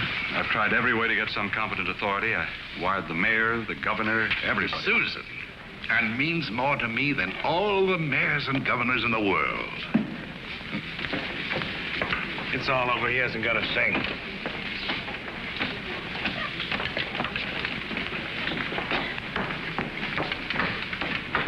Your Honor, the defense has yet to produce one bit of authoritative proof that this man is really Santa Claus. And in view of the fact that it is Christmas Eve and we're all anxious to get to our homes, I ask that these commitment papers be signed without further delay. Mr. Gailey, have you anything further to offer? I should like to submit the following evidence, Your Honor. It concerns an official agency of the United States government. The Post Office Department, one of the world's largest business concerns, did a gross business last year of $1,112,877,174. Your Honor, I'm sure they're all deeply gratified to know that the Post Office Department is doing nicely, but it hardly has any bearing on this case. Furthermore, the U.S. postal laws make it a criminal offense to willfully misdirect mail or intentionally deliver it to the wrong party. Yeah, Your Honor.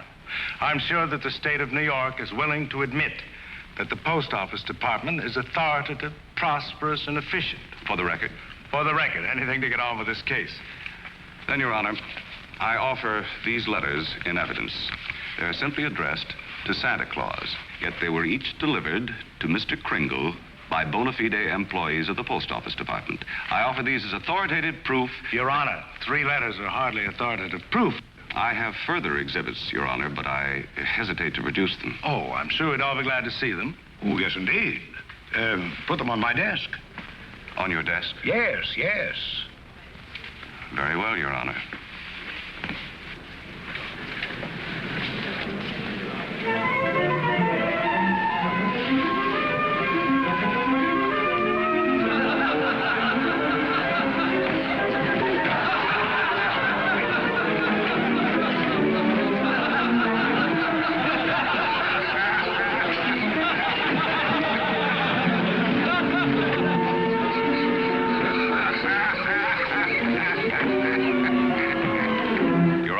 Every one of these letters is addressed to Santa Claus, and the post office has delivered them to my client. Therefore, the United States government recognizes this man, Kris Kringle, as Santa Claus. If the United States of America believes this man is Santa Claus, then this court will not dispute it. Case dismissed. Thank you, Your Honor, and a Merry Christmas to you. And a Merry Christmas to you, Mr. Kringle. Oh, I got your note. It made me very happy. Oh, I'm glad, Chris. Won't you come to dinner tonight? I know. I'm working tonight. You see, it's Christmas Eve. Merry Christmas!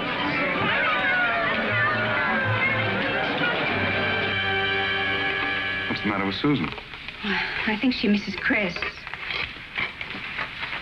Don't worry, young lady. Chris is bound to come. Didn't get my present, Uncle Fred. Why, darling, you got a lot of presents. Not the one I wanted. Not the one Mr. Kringle was going to get for me. What was that? It doesn't matter. I didn't get it. I knew it wouldn't be here, but I get a letter or something about it.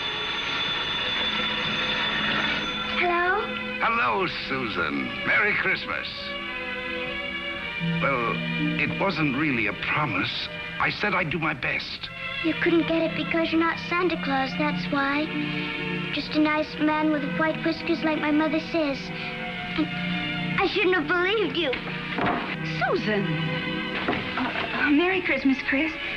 I'm sorry Susan is disappointed in me. Oh, she'll be all right. Here's Fred. Merry Christmas. Where are you? Out at the home. Fred, we're giving a little party this afternoon. Will you bring Mrs. Walker and Susan out to help us celebrate? Of course I will. Now, you turn off the parkway at Seymour. Drive 3 blocks, then turn onto Ashley Drive. You'll see it on the right. Got it. Bye. Susan, I was wrong when I told you not to believe in Mr. Kringle. You must have faith in him. But he didn't get me that. That doesn't make sense, Mother. Oh, faith is believing in things even when common sense tells you not to. I mean, even though things don't work out the way you want them to the first time, you still gotta believe in people. I'll try.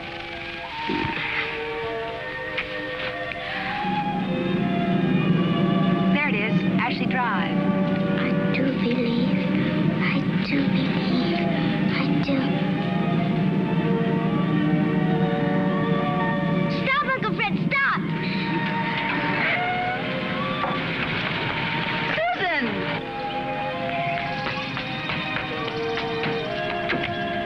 Susan!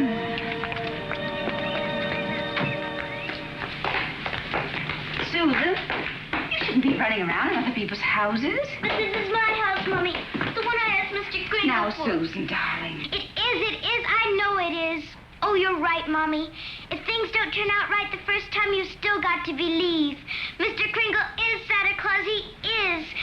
I'm going to see my swings. You told her that?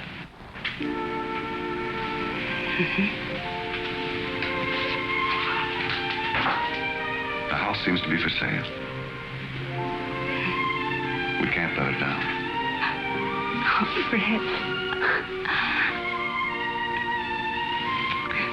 Darling, I always believed in you. It's just my ridiculous common sense. Well, it even makes sense to believe in me now. I take a little old man and legally prove that he's Santa Claus. Now, you know.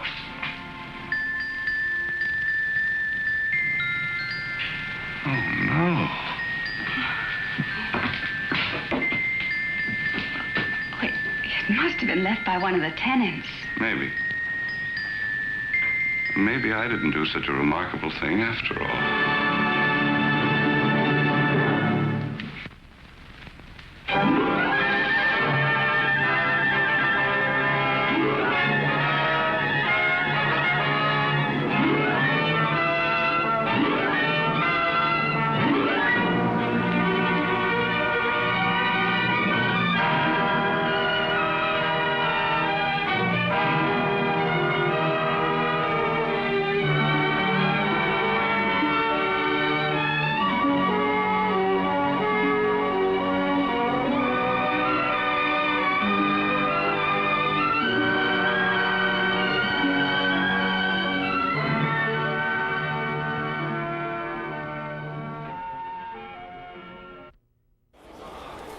I don't know if this is a good idea at all.